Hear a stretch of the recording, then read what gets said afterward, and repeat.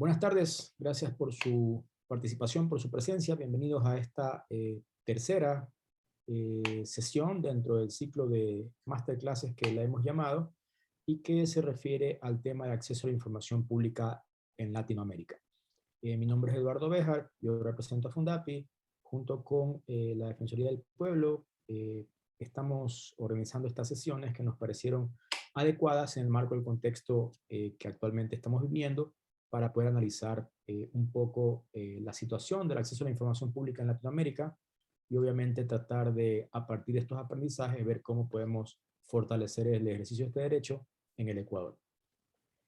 Estas sesiones son varias que se han planificado. Ya tuvimos la primera con Fabricio Scrolini de Hilda, quien abordó el tema relacionado con la situación que la pandemia trajo a lo que se relaciona con derecho al acceso a información pública. Luego con Alejandro Barros estuvimos revisando temas de innovación relacionadas con el mismo ejercicio y cómo es importante incluso aprovechar esa acelerada opción tecnológica relacionada con la pandemia que se ha dado. Hoy nos acompaña Fernando Segura del Juntos por la Transparencia en Colombia, quien esperamos nos comparta su experiencia y visión respecto a la promoción y garantía del derecho de acceso a la información. Fernando es internacionalista, politólogo y máster en estudios políticos internacionales. Aparte, posee un postítulo de transparencia y rendición de cuentas y lucha contra la corrupción. Especialista en gestión regional del desarrollo en varias universidades. Ha trabajado en el capítulo de Transparencia Internacional en Colombia, así como en el Ministerio de Tecnologías de Información y Comunicación, liderando el área de gobierno en línea territorial y coordinando la política de regulación. Adicionalmente, dirigió la puesta en marcha de la implementación de la política pública de acceso a la información en Colombia desde la presidencia de ese país, director de Participación, Transparencia y Servicio Ciudadano de la Función Pública, además de docente en varias universidades de Colombia sobre el tema y de otros países de la región. Actualmente dirige el programa Juntos por la Transparencia de la Agencia para el Desarrollo de Estados Unidos, USAID, para Colombia, así como ha sido consultor para Naciones Unidas y para la cooperación alemana. Con Fernando esperamos abordar el tema relacionado con la garantía de acceso del derecho de acceso a la información pública, cuál es su perspectiva, su experiencia, buenas prácticas que podamos replicar y aplicar en nuestro contexto. Antes de dar inicio con Fernando, vamos a darle paso a Guido Moncayo de la Defensoría del Pueblo, quien nos va a dar la bienvenida por parte de esta entidad. Adelante, Guido, buenas tardes.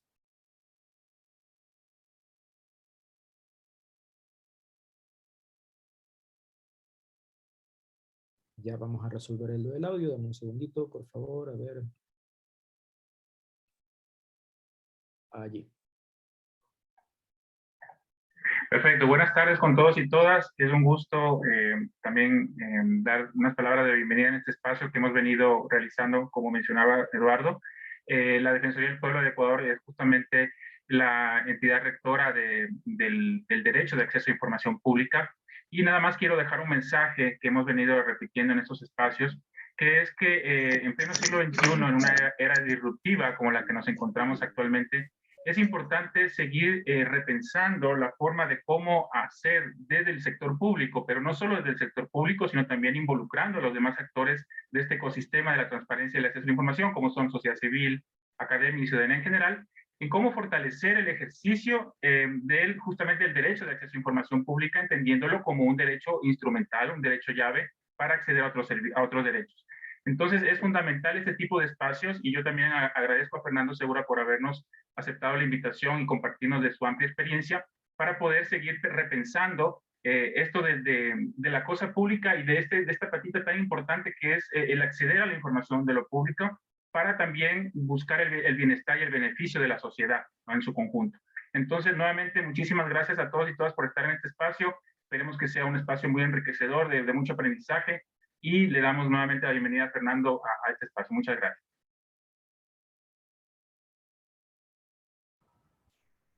Listo, no, buenas tardes a todos. Eduardo, Guido, muchas gracias por la invitación a participar de estos ciclos de Masterclass. Para mí es un honor acompañarlos. Como ustedes decían, actualmente estoy vinculado a un programa de la Agencia de los Estados Unidos para el Desarrollo Internacional, pero aquí es importante aclarar que mi intervención del día de hoy y mis comentarios son propios, no hacen parte de la vinculación con el programa.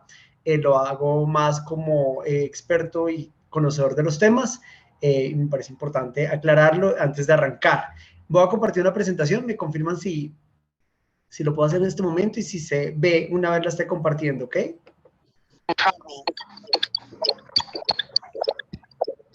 Ahí debería estar ya la pantalla. Sí se ve. Ok, me están viendo. Yo dejo de verlos porque es una particularidad de Zoom. Entonces, les pido que si hay algún tipo de comentario o interrupción en el momento de la presentación o si se pierde la señal, me hagan saber de tal forma que yo pueda saberlo hablando porque no los estoy viendo. ¿Les parece? ¿Me escucharon? ¿Estamos bien? Sí, estamos bien, gracias. Perfecto. Entonces, cualquier cosa me avisa. Bueno, pues nuevamente muchas gracias. Hoy acepté la invitación a hablar de un tema que está relacionado con las otras conferencias que han venido teniendo. He estado pendiente de las conferencias de mis antecesores sobre la historia del tema de acceso a la información, el impacto que ha implicado por la emergencia del COVID-19 en el mundo y en nuestros países. También hace 8 días estudió el enfoque de innovación y uso de tecnología para el acceso a la información y cómo también la realidad del planeta y de nuestro continente ha cambiado a partir de la pandemia y ha hecho que la tecnología sea un aliado estratégico para el adecuado desarrollo de las funciones normales del Estado, pero también para el ejercicio de control ciudadano, de exigencia de derechos que adelantan los ciudadanos de los diferentes países. Hoy les voy a hablar de, en general, algunas herramientas que podemos usar en los países para el aprovechamiento del derecho a acceso a la información. Nuestros países tienen en su mayoría ya leyes de transparencia, algunas ya llevan varios años de implementación, otras son recientes, algunas, aunque se han sancionado hace un tiempo atrás, no han tenido tanto éxito en su implementación en países. Sé que van a estar dentro de unos días con el INAI de México hablando del tema, que es uno de los países que más avances ha tenido en el país. Hace 8 días tuvieron la presencia de un representante de Chile, que si bien no es del Consejo para la Transparencia, también es un país referente para nosotros en Iberoamérica. Y es que efectivamente el derecho a acceso a la información, como ya lo decía Guido, es un derecho llave, es un derecho que abre la puerta a otros derechos. ¿Y esto qué significa? Que gracias a información pública es que la ciudadanía no solamente pueda participar y hacer control social. Gracias a la información pública, los ciudadanos tienen derecho al acceso a la salud.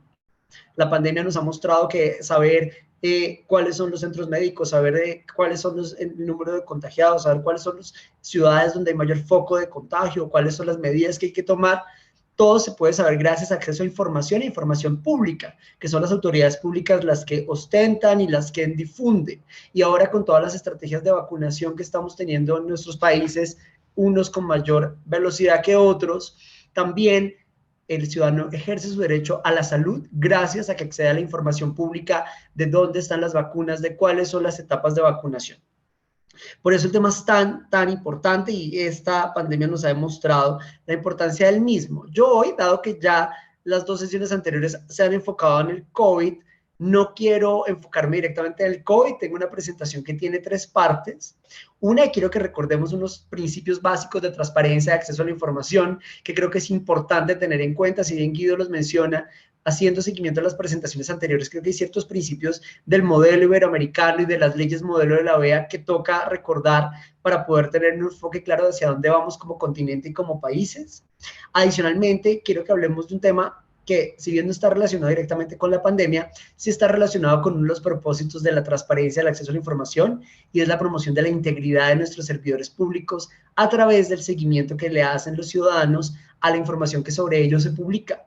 Algunos países ya tienen leyes que obligan la divulgación proactiva de declaraciones de bienes, rentas y conflictos de interés, y quiero que nos centremos en la segunda parte de la presentación en esto. y poderles contar cómo ha sido el ejercicio en Colombia, la experiencia de implementación de la ley que hace este tema como obligatorio, que vamos unos ejemplos de promoción y el uso de información pública por parte tanto de autoridades públicas como de medios de comunicación o de universidades que han hecho uso de la misma en Colombia, y que concluyamos con unas recomendaciones frente al tema en general y en particular sobre el asunto que hoy vamos a abordar. Entonces, para empezar, como les decía, quiero que hablemos de los principios de la transparencia y el derecho al acceso a la información, entendiendo la transparencia no solamente como una herramienta de lucha contra la corrupción. Normalmente en nuestros países tienden a asociar ley de transparencia con ley anticorrupción y no es así. Estas leyes, si bien ayudan a que el ciudadano haga control social y se evidencien de pronto irregularidades que permitan evitar riesgos de corrupción, el propósito de estas normas es regular el derecho de todos los ciudadanos de acceder a información pública para el ejercicio de otros derechos, como ya los comentábamos. ¿Y esto qué hace? Pues que la información es materia prima de la democracia. En nuestros países democráticos, acceder a información y que los ciudadanos busquen información le permite que conozcan las reglas que lo rigen, permite que sepan qué obligaciones y deberes tienen con el Estado y con los demás ciudadanos, permita que los ciudadanos también conozcan sus derechos y ejerzan otros derechos, como ya lo veníamos diciendo.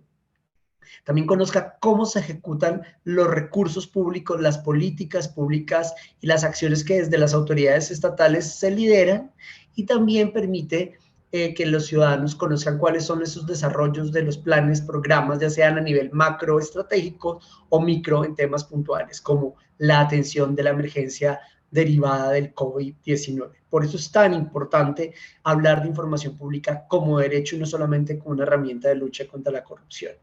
En ese sentido, conocer información pública es fundamental para la toma de decisiones. Conocer información pública también permite que el ciudadano ejerza su derecho legítimo en una democracia a ejercer control político. Y por eso la publicidad, la publicación proactiva de información se entiende como garantía de que el ciudadano por lo menos está accediendo a información y está pudiendo ejercer su derecho a vigilar la gestión de las autoridades. Y entonces si se habla que el derecho a acceso a la información impone al menos una obligación triple para las autoridades que se rigen por estas normas. Producir información cuando no se tiene, cuando es necesaria, cuando es necesario analizar datos con los que no se cuenta, porque al final la información es materia prima de toma de decisiones.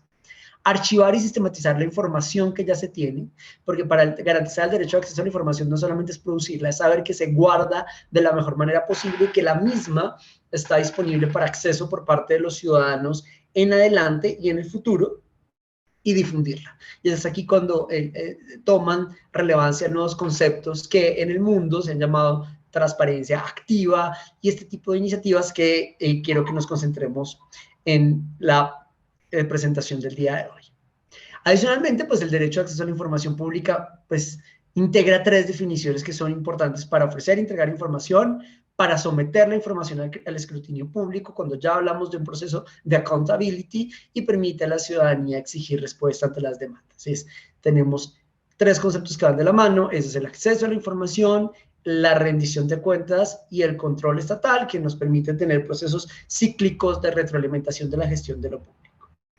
Ante este contexto, el modelo iberoamericano, la OEA, ha trabajado en modelo de leyes marco para América Latina. Ya tenemos 2 versiones de leyes marco de acceso a la información derivadas de la experiencia de varios países y también de la experiencia de la aplicación de la primera ley modelo. Y hay algo importante, y es que el concepto del derecho de acceso a la información ya no se limita a que una autoridad pública responda un derecho de petición que le hace un peticionario. El derecho de acceso a la información involucra la transparencia activa. ¿Qué implica esto? Que hay que divulgar proactivamente información a través de canales disponibles, la web incluida, pero no solamente. Y esto también es importante porque se entiende que el derecho se consagra cuando yo estoy consultando sitios web o sistemas de información o carteleras de entidades y a través de ellas puedo enterarme de lo que está pasando, de lo que necesito. Sigue estando vigente el tema de hacer solicitudes ante las autoridades, que se llama en el marco teórico la transparencia pasiva, que es dar respuesta a solicitudes de información por parte de las autoridades cuando un ciudadano hace un requerimiento de forma particular, por interés general o particular. Y hay un tema que está muy relacionado al tema de gestionar la información y es la gestión documental. Y es que en nuestros países, uno de los vacíos que tienen varios de los países es que no cuentan con reglas de gestión documental o de archivo adecuadas, y muchas veces los problemas de acceso a la información a futuro, cuando se requiere información de gobiernos anteriores o de situaciones anteriores, incluso las personales, como saber mis semanas cotizadas para acceder al derecho a la pensión, se dan porque hay fallas en la gestión documental. Por eso las leyes marco de la OEA sobre estos temas han también insistido en la importancia de la adecuada gestión de la información, y en este sentido entra a ser parte de la gestión documental del concepto fundamental del derecho de acceso a la información. No sirve solamente con producir, divulgar la información, sino también gestionarla, archivarla y guardarla de la mejor manera posible, y tanto física como digitalmente. Acá entonces vemos cómo se conjuga la transparencia activa, la divulgación proactiva de información que hace la autoridad pública sin que medie una solicitud por parte de un peticionario. Esto entonces se traduce en publicación de información específica mínima obligatoria que normalmente las leyes de transparencia traen y que ya les voy a mencionar. La transparencia pasiva, que es la forma tradicional en la cual se garantizaba el derecho a acceso a la información en algunos de nuestros países mediante la solicitud que hace un ciudadano ante una autoridad y la respuesta que recibe. Y esto entonces, cuando uno ve que la autoridad publica información, que la autoridad responde de forma completa, oportuna y veraz a las solicitudes de los ciudadanos, cuando la autoridad gestiona la información y garantiza su conservación adecuada, es que se ha entendido que estamos como entidades, hablando en primera persona, o que están como Estado garantizando integralmente el concepto de derecho a acceso a la información. Esto que es importante entonces, que la transparencia activa, como les decía, normalmente las leyes y la ley modelo de la OEA y en nuestros países, ya lo he visto en la ley ecuatoriana, en la colombiana y en otras, establece unos mínimos de información a publicar. No significa que sea lo único, pero con el fin de homogenizar a qué puede buscar un ciudadano en la web o en sitios públicos de las autoridades, establecen una información relacionada con la estructura de las autoridades públicas, sus misiones, organigramas, presupuestos, que es de hojas de vida de servidores, directorios de contacto, normatividad que los rigen, cómo compran. Este tipo de información es básica y toda autoridad pública sujeta, obligada a estas leyes, que en algunos países también son actores privados obligados, debería tenerla disponible a través de portales institucionales o sistemas de información. ¿Qué más bien estas leyes modelo que son comunes en nuestros países? Información relacionada con los servicios y funcionamiento de las autoridades. ¿Cuáles son los trámites que ofrece? ¿Cuáles son los procesos y procedimientos internos de las autoridades? ¿Dónde están sus informes de gestión? ¿Cuáles son los mecanismos para que un ciudadano formule peticiones, reclamos o denuncias ante las autoridades? ¿Cuáles son los mecanismos de supervisión que existen en el interior de la autoridad y los de control? También son temas que el ciudadano debería publicar y que la ley modelo de la OEA promueve como de obligatoria divulgación proactiva por parte de las autoridades. Y también hay un tema muy importante, esto sí muy relacionado con el seguimiento a la forma en la que se gastan los recursos públicos, y son la información relacionada con las compras públicas o la contratación estatal. ¿Cuáles son las políticas en materia de adquisiciones? ¿Cuáles son las contrataciones en curso? ¿O cuáles son los procesos que habilitan las autoridades para contratar? Son parte de la información que normalmente se divulga de forma proactiva y que la ley modelo y nuestras leyes promueven en América Latina. Esto es muy importante porque es información básica que toda autoridad debería cumplir y que se entiende que si no se está publicando de forma completa, oportuna y veraz, que son 3 atributos que deberían tener los datos públicos, pues también pueden ser objeto de reclamo o de exigencia por parte de las autoridades públicas. El otro lado es la transparencia pasiva, es decir, cuando el ciudadano formula la petición y la autoridad tiene deber de responderla, que en nuestra mayoría de países es gratuita, es decir, al ciudadano no deberían cobrarle por darle una respuesta, salvo los costos de reproducción de información, es decir, el valor de la impresión o de la fotocopia o del disco compacto que se queme con los datos que solicita, si es necesario. Que adicionalmente, que dicen nuestras normas, que debería poder un ciudadano hacer solicitudes de forma escrita o también verbal, es decir, acercándose a una ventanilla o vía telefónica también debería poderlo hacer, y la autoridad no tiene por qué obligarle a que el ciudadano lo plasme en un documento o en un formulario escrito. Otra de las formas que dice la ley modelo de la OEA es que las respuestas, en cambio, que dan las autoridades sí deberían ser por escrito, que deberían cumplir estos atributos que les he comentado, que sean objetivas, que sean veraz, que sean completas y oportuno. Y si se está negando el derecho a acceso a la información, que se justifique el daño probable y específico que se está causando, que se podría causar con la información que se niega, de tal forma que el ciudadano sepa por qué le están ocultando la información, o no ocultando, porque se la están negando, porque puede generar daño al interés general o al interés de un particular. Esto es importante que cada autoridad, cuando responde normalmente en el estándar de la OEA, se haga. Y algo muy importante en materia de gestión documental y de trazabilidad y de seguimiento es que la autoridad, cuando un ciudadano hace una solicitud, tenga mecanismo de entregarle al ciudadano un número de código de seguimiento para que el ciudadano sepa cómo puede hacer seguimiento a su solicitud cuando llega ante las autoridades. Hay otros tipos de transparencia que no están contenidos en la versión primera de la ley modelo de la OEA, pero que es muy importante y sobre la que quiero que trabajemos hoy unos minutos, y es el tema de la transparencia focalizada. ¿Qué significa la transparencia focalizada? Que la autoridad ya no solamente publica información de mínima obligatoria que la ley le dice, sino que a partir de su función o a partir de un mandato específico de ley o de su naturaleza, lo que hace es publicar información concreta sobre las dudas o los intereses de los particulares. Y adicionalmente, pues esto implica que la autoridad puede preguntarle a la ciudadanía qué requiere saber, identificar en qué lenguaje y qué canales usan sus usuarios o ciudadanos, y a partir de este análisis de la caracterización de esos grupos de valor, decide que va a publicar una información adicional o en formatos complementarios. No es lo mismo si yo soy una institución que trabaja con madres cabeza de hogar o con población en situación de discapacidad o con personas que no tienen acceso a la tecnología, y la idea de la transparencia focalizada es que la autoridad se ponga en el lugar del ciudadano y publique información que para él es de su interés. Ejemplo, con esto de la pandemia, efectivamente, en muchas zonas rurales de nuestros países que no hay acceso a conectividad o que la gente no tiene habilidades de ofimática, entregar información de forma directa con volantes, con información a través de emisoras radiales o de otros mecanismos más cercanos a la ciudadanía, y el lenguaje ciudadano, el lenguaje claro, es un ejercicio de transparencia focalizada para llegar a los ciudadanos y a su interés particular. Y hay otro escenario más avanzado que lo mencionaron de forma parcial en la sesión de la semana anterior, y la transparencia colaborativa.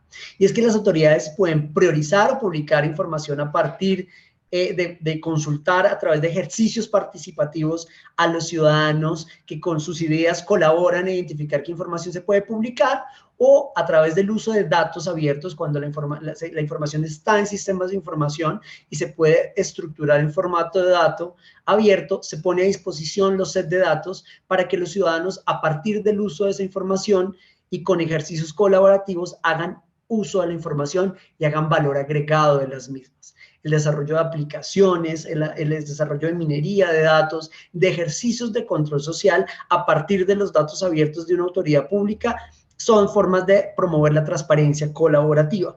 Hay ejemplos de entidades de compra pública que habilitan los datos abiertos de todos los procesos de contratación que se habilitan, y lo que hacen desarrolladores de aplicaciones es generar mecanismos de consulta particular para aquel que quiere comprar computadores, o para aquel que quiere comprar papelería, o que quiere comprar otro tipo de bien. A partir de la información pública, hay desarrolladores que le entregan esa información diariamente al proveedor, que no tendría que estar todos los días entrando a un portal institucional a mirar qué procesos se abrieron. Hay múltiples formas. Hoy quiero que hablemos de un tema que es controversial todavía en varios de nuestros países, y es la transparencia focalizada y colaborativa a través de un tema que es muy importante para el control de las decisiones de las autoridades públicas, en especial de los altos servidores estatales, y son las declaraciones de bienes, rentas y conflictos de interés, que son una segunda fase de la publicación proactiva de información. En varios de nuestros países ya las tenemos, pero lo que hemos encontrado es que no siempre se sabe cómo se usan o para qué sirven. Y yo lo que quiero contarles en este rato que me queda es cómo podemos usar esta información de servidores públicos que toman decisiones para que efectivamente sus decisiones privilegien el interés general sobre el interés particular. Y es que la OCDE, por ejemplo, ha sido uno de los organismos multilaterales que ha insistido en que los países cuenten con sistemas de integridad, y cuando uno mira los estándares de la OCDE, hay temas en los que insisten. Aparte de todos los que están mencionados, que no los voy a mencionar uno a uno para no demorarme, pero normas de transparencia de acceso a la información son fundamentales, que esté regulado y que esté obligatorio, y adicionalmente sistemas de gestión de conflictos de interés y de información proactiva que nos permita conocer a los ciudadanos quiénes son nuestras autoridades, no solamente cómo están formados y qué experiencia tienen, sino en dónde están sus intereses particulares, quiénes son sus familiares y cuáles son los potenciales conflictos de interés que tienen. Y por eso, pues, llamó la atención, porque no es un tema menor en un sistema de pesos y contrapesos donde la ciudadanía puede exigir a los servidores públicos ser objetivos en la toma de decisiones. Entonces, aquí vemos que estas herramientas, el publicar proactivamente información de los servidores públicos, es útil, solo es útil si el ciudadano lo utiliza para hacer control de las mismas. De nada sirve que un servidor público publique todos sus bienes, sus propiedades, sus intereses, si nadie analiza la relación que hay entre las decisiones que toma y esta información, y si efectivamente identifica si hay algún tipo de interés particular que sesgue esa decisión. Entonces, temas como la publicación de los conflictos de interés, como las declaraciones patrimoniales, como las declaraciones de intereses y las declaraciones fiscales o tributarias, se vuelven importantes solo si el ciudadano hace uso de las mismas. Y entonces, lo que quiero contarles es para qué sirve tener esta información. Por ejemplo, el tema de conflictos de interés permite identificar aquellas actividades o relaciones que podrían interferir en el ejercicio de las funciones o las tomas de decisiones del servidor público, si es socio de alguna compañía, si está formulando políticas públicas en torno a favorecer algún tipo de sociedad de la que hace parte, o si es un congresista, está legislando a favor de un sector donde él o su familia tienen intereses y pueden ver beneficiados. Es útil cuando se hace pública esta información. Hacer pública la información permite evitar que en casos de existir conflictos de interés se privilegie el interés privado sobre el particular. Todo ciudadano que es servidor público puede estar expuesto a un conflicto de interés. Lo importante es que se pueda evitar, que la decisión no lo beneficie. Y esto es muy importante cuando se hace público, porque los ciudadanos pueden tener los ojos encima y saber si efectivamente puede pasar que se privilegie algún tipo de familiar, o que se privilegie algún tipo de dependencia económica o alguna actividad profesional o empresarial paralela en la que trabaja la autoridad pública.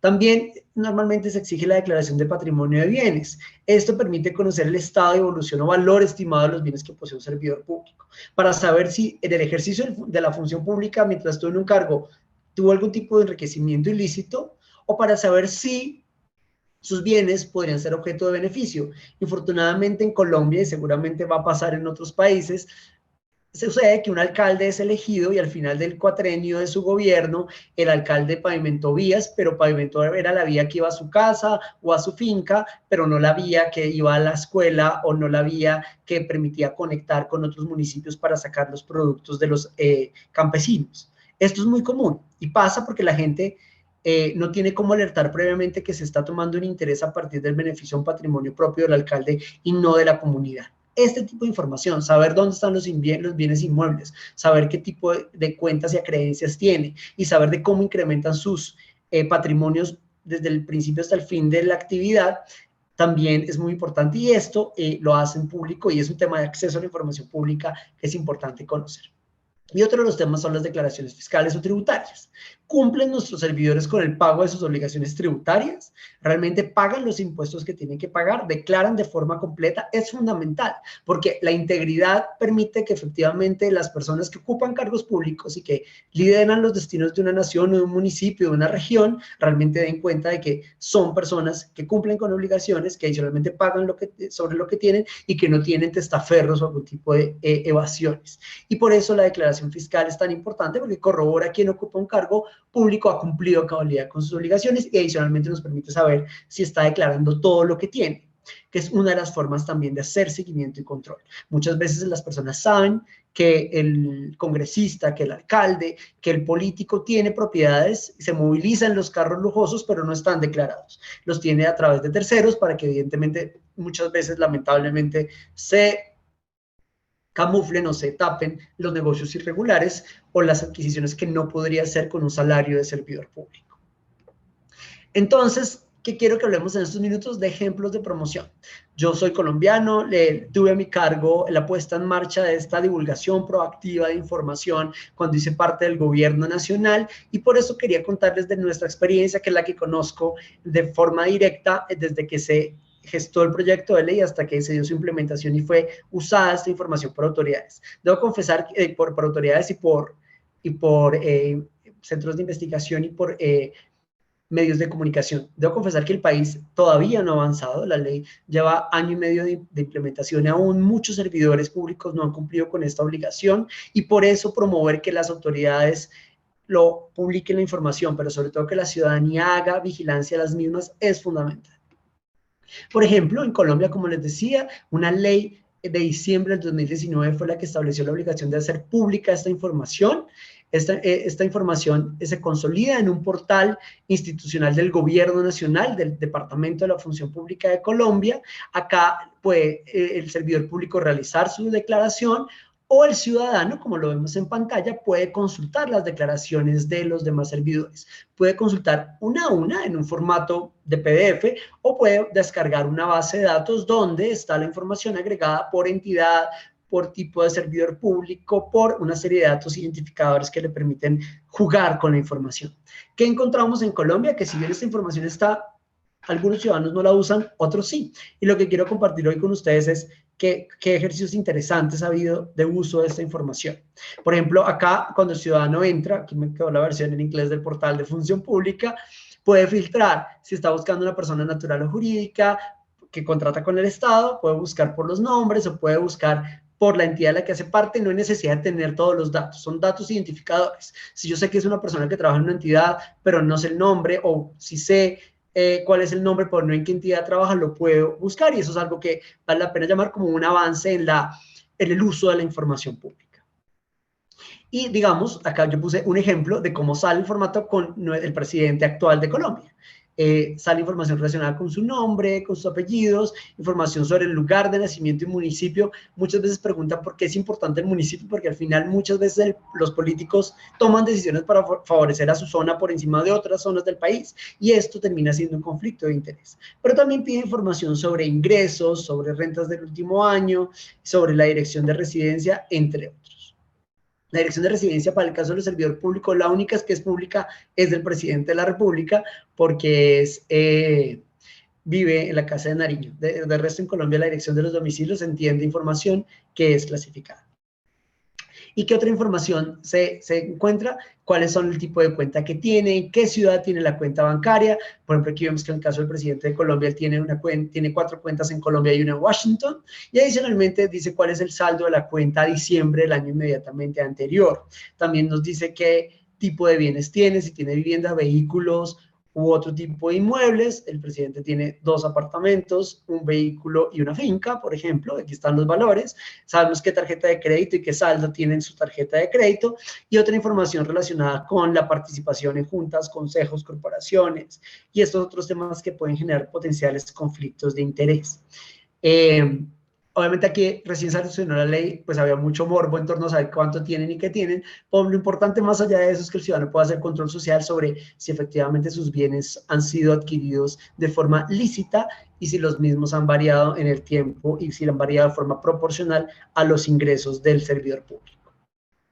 Hay varios ejercicios, digamos, hay periodismo investigativo.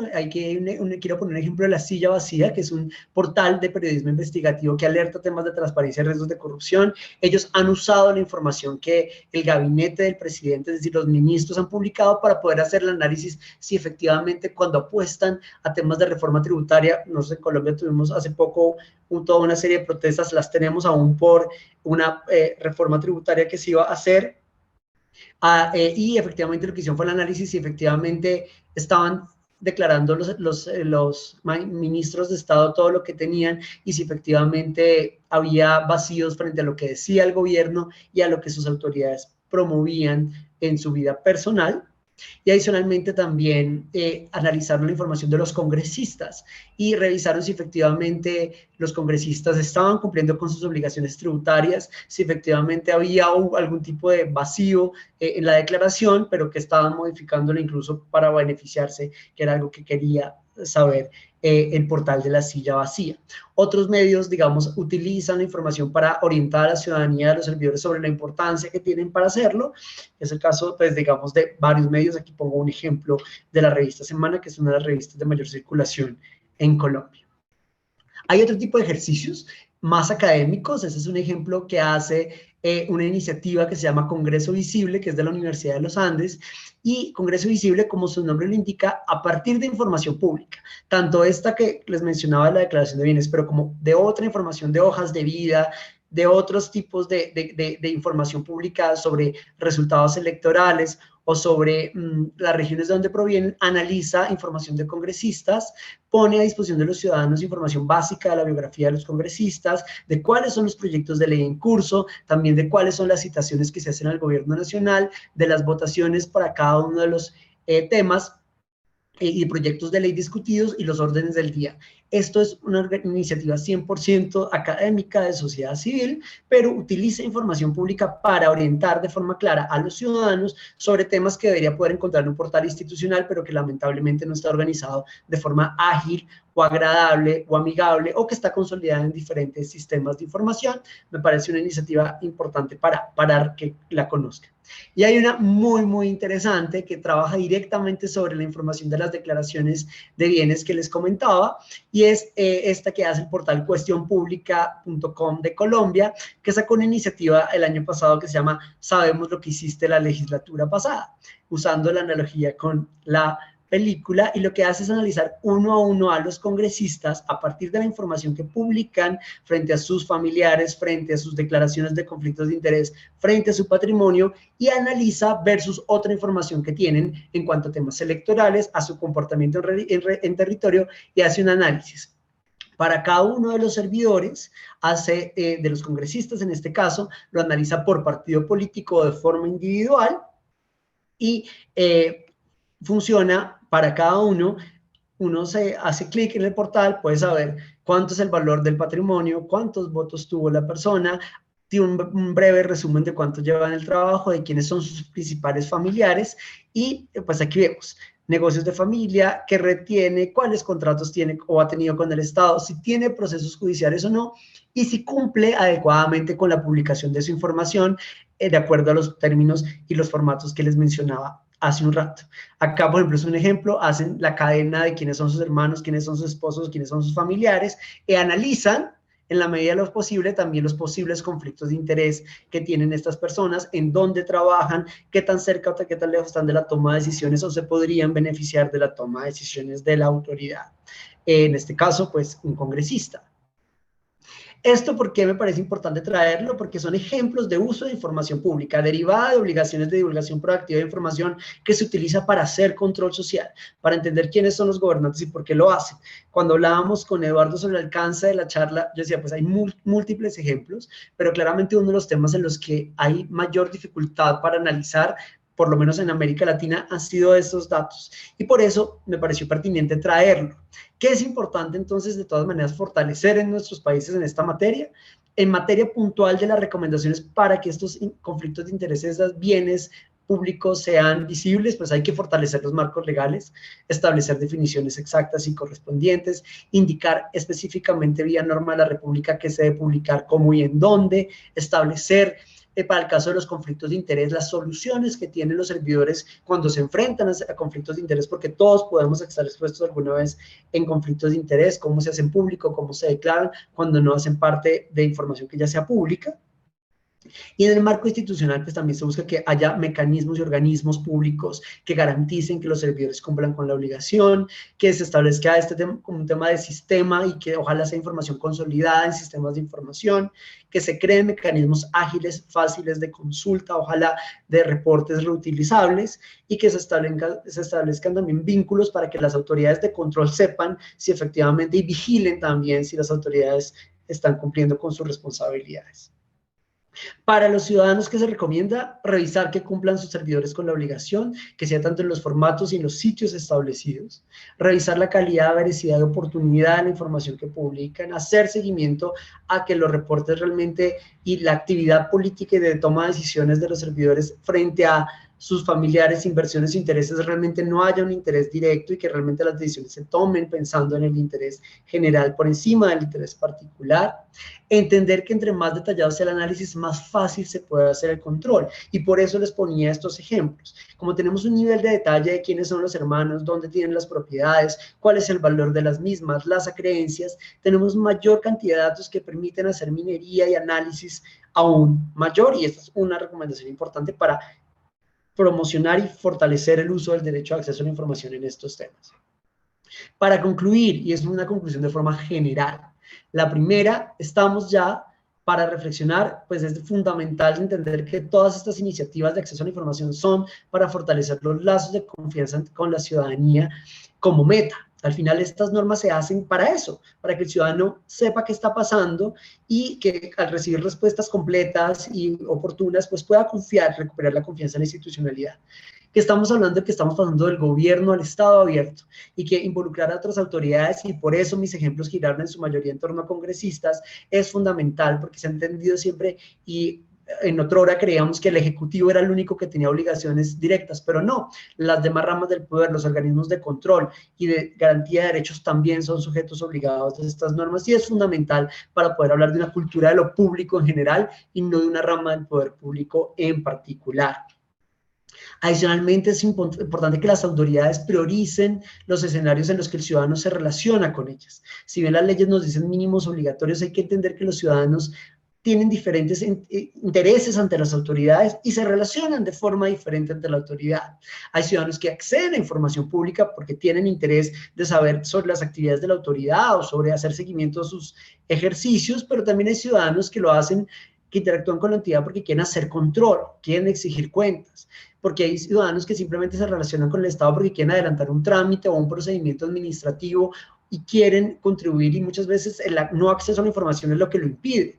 O hay ciudadanos que quieren participar y colaborar. ¿Esto qué implica? Que cuando se hacen estrategias de promoción del derecho de acceso, hay que hacerlo de forma diversa, entendiendo al ciudadano que pide información, pero también al ciudadano que quiere hacer control social, al ciudadano que quiere hacer un trámite o un procedimiento, o al ciudadano que quiere participar, colaborar, usar datos. Y esto implica que hay unos grados de madurez en la forma en que debemos que afrontar las obligaciones, las autoridades, en torno a la garantía del derecho de acceso a la información, que ya cada vez ha evolucionado más y no se limita a las respuestas a solicitudes, como lo decíamos al principio. Y un tema importante, hay que entender que hay oportunidades de uso y aprovechamiento de la información. Hay que utilizar la información que se publica proactivamente para que la misma permita para hacer control social y análisis y cruce de datos, como el ejemplo que les ponía. También hay que optimizar la oferta institucional. Hay que entender que si bien hay unos mínimos obligatorios, hay una oferta institucional que está focalizada y que es fundamental también permitir al ciudadano que acceda a este derecho, y hay que trabajar en red. Para nosotros, digamos, desde el programa del que hago parte, el trabajo en red, de trabajo armónico entre sociedad civil, academia y entes de investigación y autoridades del Ejecutivo es fundamental, porque si yo como ciudadano tengo una alerta y voy a la autoridad garante y esta autoridad garante no me cumple con las expectativas, voy a desconfiar tanto de la autoridad que no me entregó la información como de aquel encargado de garantizar el ejercicio del derecho. Es fundamental entonces identificar oportunidades para poder avanzar. Hasta acá llega mi presentación. Vamos a dejar unos minutos para dialogar. Eduardo, muchas gracias. Pues son mis datos de contacto y nuevamente muchas gracias por la invitación. Gracias, Fernando. Excelente. Me parece que Guido quería comenzar con el tema. Adelante, por favor, Guido. Muchas gracias nuevamente, Fernando, por toda la exposición tan amplia que nos has dado. Hay una consulta de parte de Kevin Freire que dice, una consulta, le saluda el abogado Kevin Freire. ¿Qué mecanismos se ha utilizado para dar información a las personas con discapacidad? ¿Qué falta por hacer? Yo por ahí hago un comentario nada más de lo que se ha podido hacer algo al respecto en Ecuador. Hay una homologación de las páginas web, por lo menos del Ejecutivo, en función de la ISO 40500 de accesibilidad web. Obviamente es un paso inicial, eso permite aumentar o disminuir el tamaño de la letra. Hay muchas cosas todavía por hacer, el tema de poner, por ejemplo, convertidores o poder convertir, digamos, el tema del texto a audio, por ejemplo, para personas con discapacidad visual, entre otras cosas. Entonces yo creo que por lo menos acá en Ecuador todavía hay mucho por hacer. De pronto ahí, Fernando, si nos puedes comentar. Y una consulta que yo quería hacerte por ahí, entonces sería la segunda, esta ya es mía. ¿Cómo equilibrar? Porque nosotros en la Defensoría del Pueblo de Ecuador tenemos justamente la Rectoría del Acceso a la Información Pública, pero no tenemos poder coercitivo para justamente cuando hay un incumplimiento de ese tipo de situaciones que tú presentabas al final de tu ponencia, que de pronto hay un requerimiento, pero la entidad no dio la información. Entonces, lo que nosotros tenemos es en el artículo 91 de la Constitución esta acción de acceso a la información pública, pero nosotros no tenemos poder coercitivo, entonces nada más se puede poner una acción ante el sistema judicial o el Poder Judicial, pero nada más. Entonces, ¿cómo equilibrar esto de la garantía, digamos, de forma previa a ya tener que llegar a una instancia judicial, ¿no? O sea, ¿cómo hacerlo? No sé en Colombia cómo se da. Esas dos consultas de pronto que quisiera plantear. Muchas gracias, Guido. Bueno, pues son productos muy interesantes, digamos, en materia de acceso a la información, directamente asociado con personas en situación de discapacidad o discapacitadas, es importante entender el tipo de discapacidad, porque a partir del tipo de discapacidad es que se deben desarrollar las herramientas, entendiendo que tú tienes forma de solicitar información como ciudadano a través del acceso a sitios web, del acceso a sistemas de información, a través de las solicitudes que haces ante las autoridades de forma verbal o acercándote físicamente o mandando un correo postal. Entonces aquí para cada tipo de situación hay que ver cuáles son los escenarios de accesibilidad que se estarían afectando.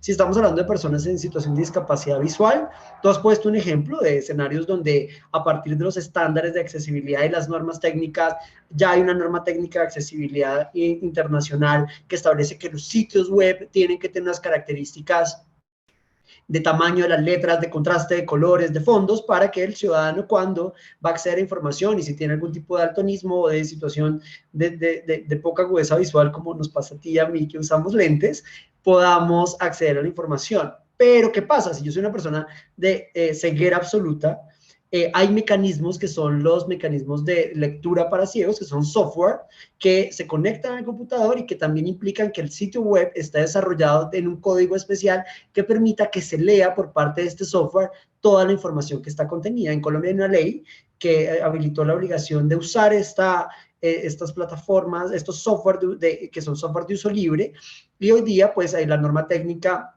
establece las condiciones de cómo se tienen que desarrollar los sitios web para poder saber si efectivamente son accesibles o no y si pueden ser leídos por un lector de software para personas en situación de discapacidad. También se da la situación de discapacidad física, y esto que implica que en Colombia tenemos una norma técnica de adecuación de las sedes físicas de las autoridades, es decir, las oficinas que atienden a ciudadanía, que tienen espacios habilitados, tienen que cumplir con estándares de rampas, de ancho, de espacios, para que el ciudadano pueda ingresar a la autoridad y pueda comunicarse a través de la ventanilla, y esto es muy importante tenerlo en cuenta porque también una barrera de acceso a la información para una persona que está en situación de discapacidad de movilidad podría encontrar una barrera de acceso al no poder acercarse a la autoridad, al no poder ingresar a una instalación o al no poder acercarse a una ventanilla. Otro tipo de situación de discapacidad es la discapacidad auditiva. Y en Colombia tenemos una iniciativa que lidera el Ministerio de Tecnologías de Información y Comunicaciones, se llama el Centro de Relevo. Y es que tenemos un grupo de personas que están en un centro de relevo que hablan lenguaje de señas y que permiten que una persona que se acerca a una autoridad y que no tiene capacidad de comunicarse lo pueda hacer o a través de una pantalla como lo estamos haciendo nosotros, o a través de una ventanilla, se conecta a la autoridad al centro de relevo, y en el centro de relevo hay una persona que puede a través del lenguaje de señas comunicarse con la persona.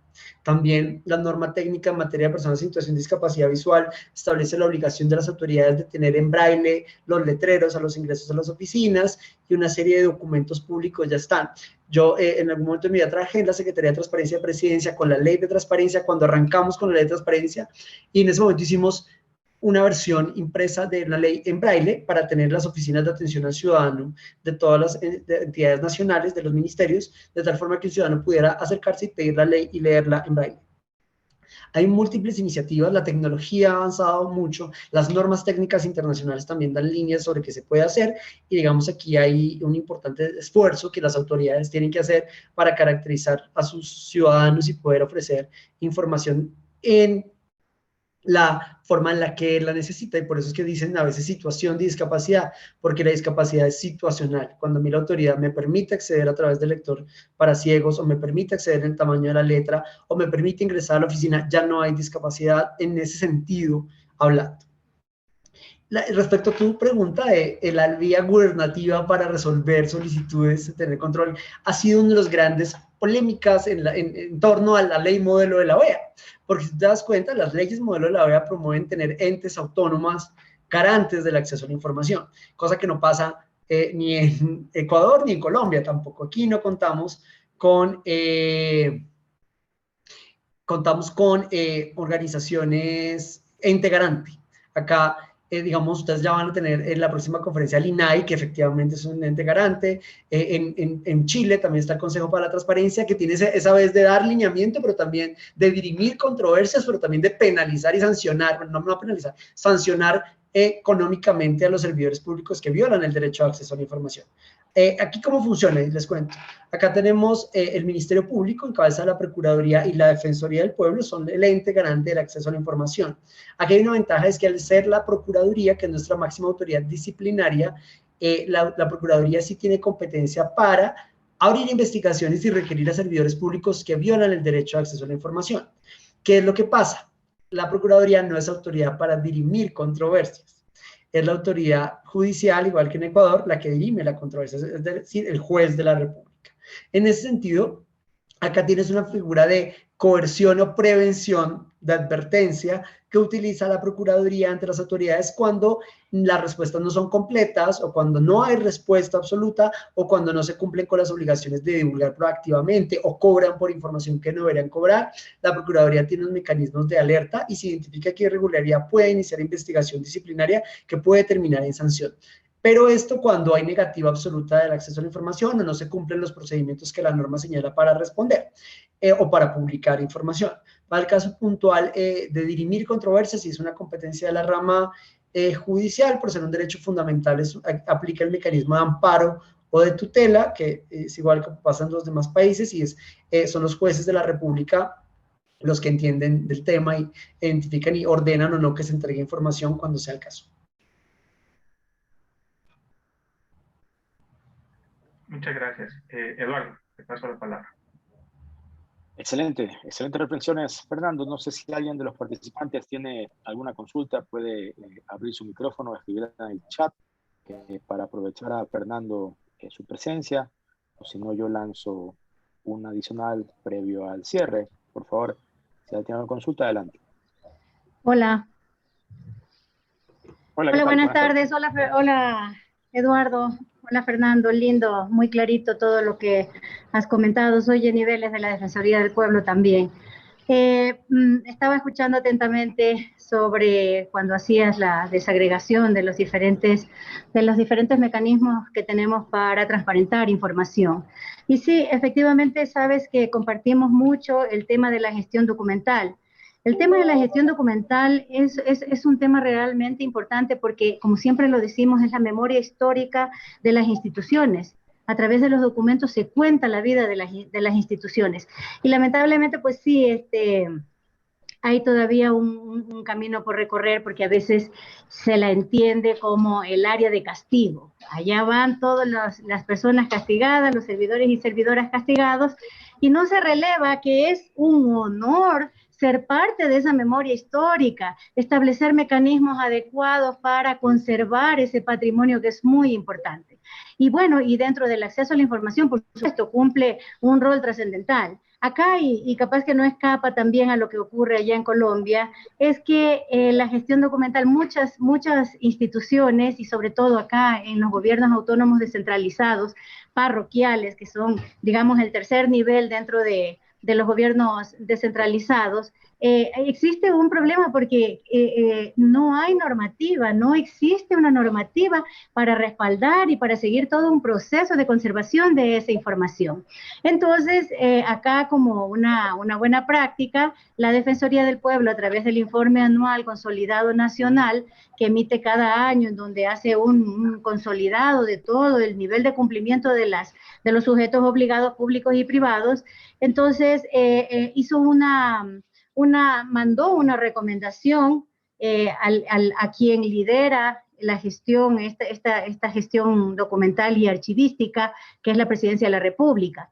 Y mira, hubo una muy buena respuesta respecto a hacer a hacer una alianza, una gestión bien colaborativa entre el consorcio, el consejo que maneja, que agrupa a todos estos gobiernos autónomos descentralizados parroquiales y la Presidencia de la República. Porque esta norma, si bien es cierto, es una norma técnica que se aplica, que estuvo basada en un modelo internacional, no es que solo aplica para la función ejecutiva en este caso, sino que también para todas las instituciones del Estado, todos los entes que conformamos la administración pública.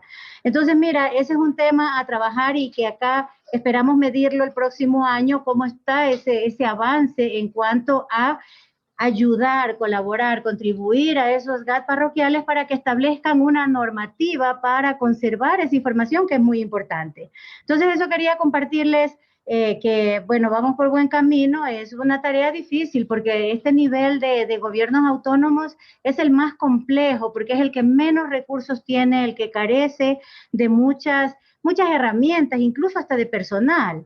Y eso complica pues la situación. Entonces ahí, como siempre decimos, allí son todólogos, todólogas, siempre lo hemos hablado con Eduardo y con los colegas, con Guido, con las compañeras que están aquí también presentes, que son promotores estratégicos nuestros, que parte de los equipos a nivel de territorio. Entonces es una realidad que la debemos enfrentar y que yo creo que en este año y en el próximo vamos a tener mejores resultados y vamos a contar con instituciones que ya, con este tipo de instituciones que ya cuenten con una norma archivística, con un procedimiento de la gestión documental. Y claro, parece sencillo, pero a veces es complicado cuando hay solamente dos personas en este tipo de instituciones. Así que avanzamos y creo que también por ahí esas alianzas con los gobiernos seccionales también puede ser una buena práctica para Colombia y para los países de la región.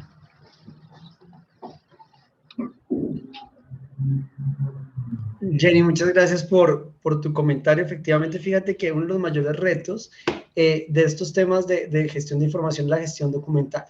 La RTA, que es la Red de Transparencia y Acceso a la Información, que seguramente ustedes como Defensoría hacen parte, promueve y sacó hace un par de años una batería de indicadores para medir el avance de los países en materia de gestión documental y archivística. Nosotros en Colombia tenemos una ventaja y es que tenemos una ley de archivo desde el año 99 y es una ley desde el año 2000.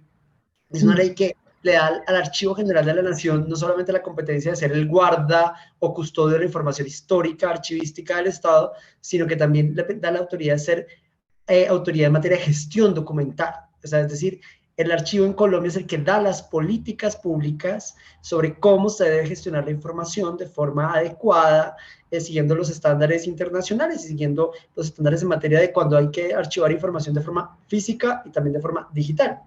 Y esto, digamos, para nosotros ha sido muy importante porque cuando salió la ley de transparencia, ya había políticas de gestión documental. Y ya las autoridades conocían cómo debían administrarlas y ya había un vigilante del tema que era el Archivo General de la Nación. El reto se dio también, como tú lo dices, para involucrar a sujetos obligados que tradicionalmente no eran sujetos obligados de estas políticas de gestión documental, como partidos políticos, como cámaras de comercio, como notarías, que aunque tenían normas de archivo, no seguían al pie de la letra del Archivo General, y también entendiendo porque el reto es enorme, sobre todo el reto con la tecnología. La digitalización está muy de moda y es muy útil, pero recordemos que a diferencia del papel que uno lo puede conservar y acceder a futuro en la misma caja que se archivó con los cuidados climáticos y ambientales del caso, en la tecnología avanza tanto que si hoy día ustedes quieren consultar un archivo guardado en DOS, en un disco de 3/4 o de 3/2, no van a tener ni siquiera un equipo en donde ingresar el disco duro, el disco. O no van a tener, si encuentran el equipo, muy probablemente no tienen el software para la lectura del mismo. Entonces, esto que implica que cuando las autoridades deciden hacer gestión documental por medios digitales, tienen que garantizar presupuesto y recursos para hacer actualización periódica de todos los archivos almacenados en formato digital y adicionalmente de los software que van a hacer la lectura del mismo, lo cual cada vez es más costoso y hace muchas veces que las autoridades decidan que van a desistir de hacer gestión electrónica. Lo que pasa es que ya hoy día hay documentos que son nativos digitales en un 100%. Y aquí no hay forma de imprimirlo y guardarlo en físico porque pierde su autenticidad como documento original. Entonces, es muy interesante frente a la discusión que tenían hace unos días con el compañero de Chile frente a la importancia de la tecnología, y es que la tecnología es muy buena siempre y cuando tengamos mecanismos en materia de acceso a la información de combinarla con estrategias de conservación a futuro, y es un tema que también es muy, muy importante para tener en cuenta. Excelente, gracias Fernando. No sé si alguien tiene una consulta adicional para atenderla, si no, vamos cerrando, estamos un poquito pasados de la hora prevista, pero obviamente ha sido una conversación interesante. Si alguien quiere intervenir, por favor, adelante, puede tomar la palabra o escribirlo en el chat.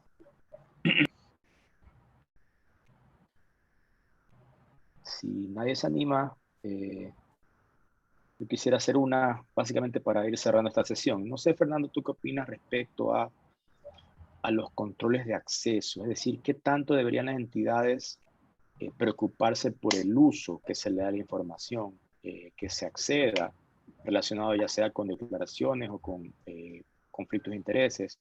¿A qué me refiero específicamente? Por ejemplo, tú mencionabas casos de Colombia donde portales periodísticos han lanzado herramientas para hacer esta consulta de manera sencilla.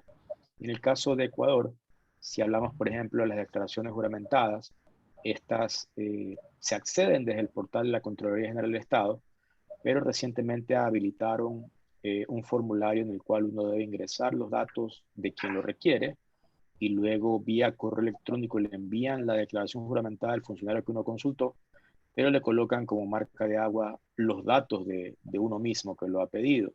Entonces, es como tratar de controlar el destino que se le quiera dar a esa información que se accede y que en teoría debería ser pública. O el otro caso es el tema de los captchas, ¿no? De estas letras que hay que escribir, que están en formato imagen para poder validar que uno es una persona y no un proceso automático. Entonces, en ese sentido, ¿cómo tú ves la existencia de esas limitantes? ¿Hasta qué punto tiene que haber un balance entre, obviamente, el poder limitar el acceso a infraestructura en términos de capacidades, colocando estos captchas, o hasta qué punto debería ser un poco más accesible y esto no se convierta realmente en una restricción al derecho? Es muy buena pregunta, me parece muy importante, sobre todo el análisis de cómo están entregando la información.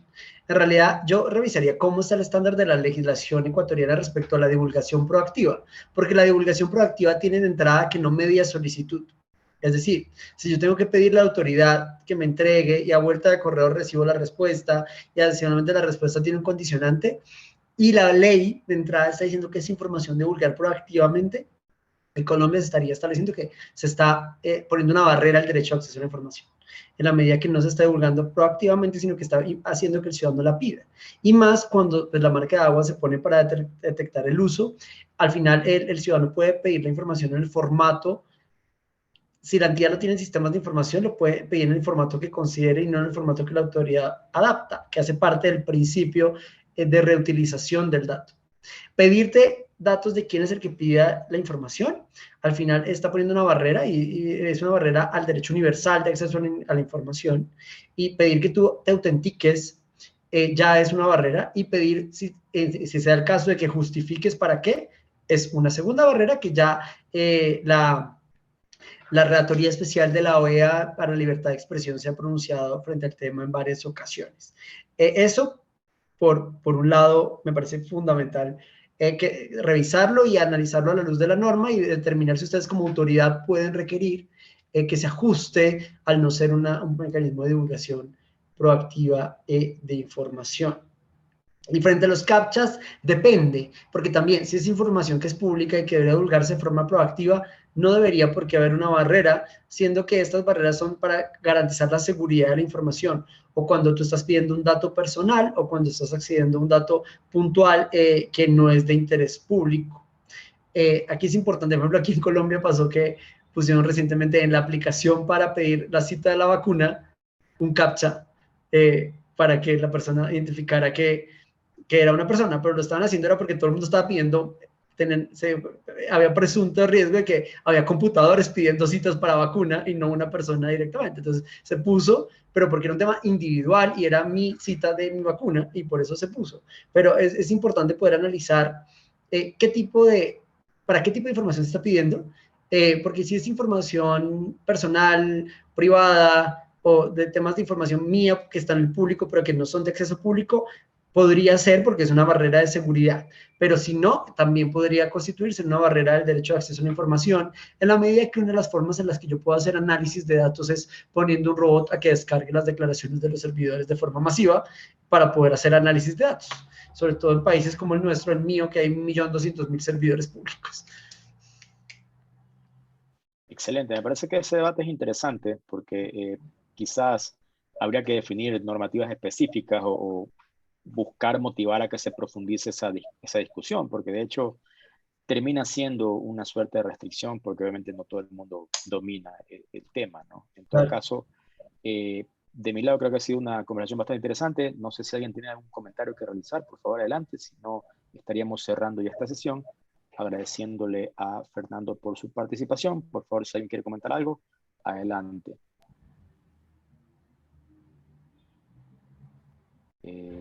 Nadie por lo visto. Entonces, primero le agradecemos a Fernando por su tiempo para participar en este ciclo de masterclasses. Creo que ha sido bastante gratificante el poder ir sumando estas experiencias de cada uno de los participantes, los facilitadores que hemos logrado juntar con gran esfuerzo tanto desde la gestión de la Defensoría como nuestra sociedad civil. Recordarles que la siguiente estamos este día viernes a la misma hora con Ileana Hidalgo del INAI de México, que es un caso bastante mencionado en diferentes espacios y sin duda va a ser gratificante contar con sus aportes. Y los estaríamos cerrando el próximo día lunes con una sesión relacionada a la situación en particular de Ecuador, ¿no? Abordada tanto desde lo público como sociedad civil y la academia. Entonces, les recordamos la invitación hasta allí. Con estas próximas 2 sesiones estaríamos cerrando. Y si no hay nada adicional, nadie quiere comentar nada más, por ahora estaremos cerrando esta de hoy, agradeciéndole nuevamente a Fernando por su participación. No sé si quieras comentar algo, Fernando, para cerrar. No, Eduardo, agradecerte nuevamente a ti, a Guido, a la Defensoría de Fundami por la invitación y decirles que aquí estamos atentos a los que requieran, que todos tenemos los mismos retos y nuestros países hermanos avanzamos, retrocedemos, pero ahí vamos, no hay que perder la fe. Muchísimas gracias. Excelente, gracias Fernando y gracias a todos quienes se conectaron y participaron en esta sesión. Los estamos esperando en la próxima, no hace falta que se vuelvan a registrar. Si ya se registraron, les estaremos enviando el enlace de la próxima sesión a realizarse este día viernes y la siguiente el día lunes, todas a la misma hora de 2 a 3 de la tarde. Muchas gracias y que estén bien todos. Buenas tardes. Un saludo. Gracias. Muchas gracias. Buenas tardes.